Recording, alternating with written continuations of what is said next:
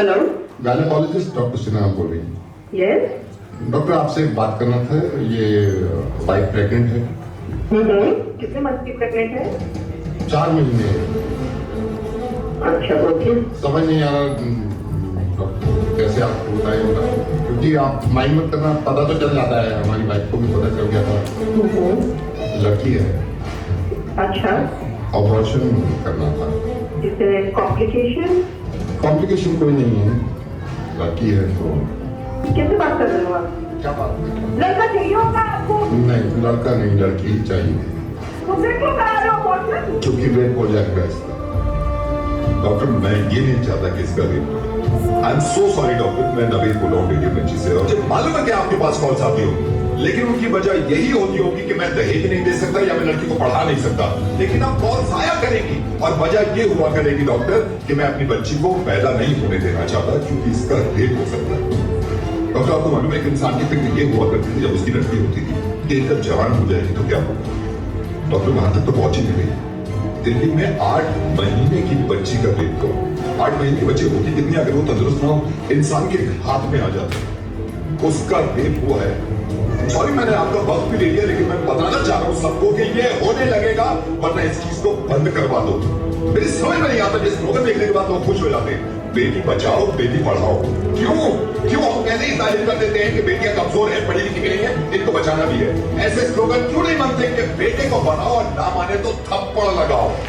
और जितने लोग इस बात को मानते हैं कि लड़की हाथ से बाहर निकलती है तो रेप होता है, उसके रिश्तेदार ने बेडरूम में घुस के उसके बच्चे के साथ रेप किया। जब इसके बाबा ने इस बच्ची को देखा तो खून में लथपथ पड़ी थी, पूरा हॉस्पिटल पहुंच गया था इसकी चीख से। और हिंदू मुस्लिम आप करते रहिए अपना काम, एक दूसरे को बुरा भला कहने में और जुलूस निकाल के एक दूसरे को मारने में। अगर शर्म है ना थोड़ी सी, तो इनसे ज्यादा खतरनाक जो हमारे मुल्क में हो रहा है कि बच्चियों के रेप जो करते हैं, उन जानवरों को जाके सबक सिखाओ, यदि भीड़ ले जाकर।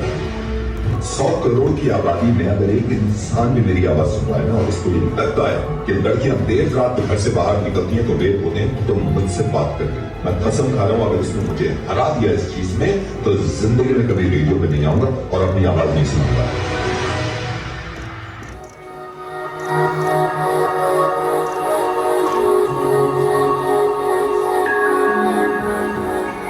दुनिया छूना चाहे मुझको यूं,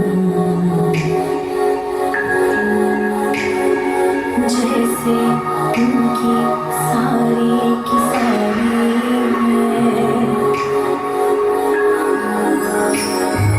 दुनिया देखे रूप मेरा,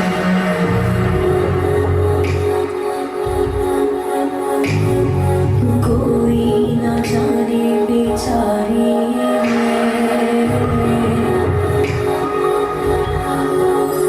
हाय टूटे सारे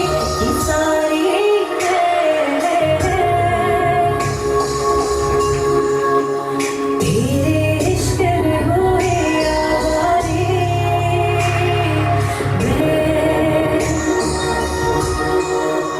हाय टूटे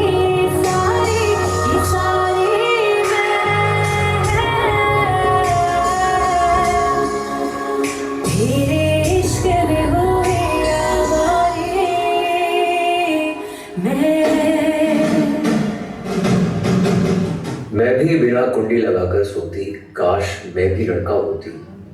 झल्ली बनकर दौड़ती उड़ती, सारी रात दोस्तों के साथ फिरती, काश मैं भी लड़का होती। कहते सुनाए सबको कि लड़की को पढ़ाओ लिखाओ सशक्त बनाओ, और जब पढ़ लिख कर डॉक्टर बनती, मेरी मां ना खोती उसकी आंखों का मोती, काश मैं भी लड़का होती। 36 घंटे का लगातार कार्य दुश्वार हुआ, बहिष्कार हुआ, बलात्कार हुआ, पुरुष के वैशीपन से साक्षात्कार हुआ। काश उन पुरुषों में भी थोड़े से स्त्रीपन की कोमलता होती, काश मैं ही लड़का होती। कहते हैं सीसीटीवी नहीं था, होता भी तो क्या होता, एक पुरुष सुरक्षा कर्मी जो उस पर नजर रखता, उसकी नजर भी कितनी पाक होती। काश मैं एक लड़का होती, अगर मैं एक लड़का होती, शायद आज मैं जिंदा होती। क्यों? मैं लड़की हूँ तो मुझे जीने का कोई हक नहीं?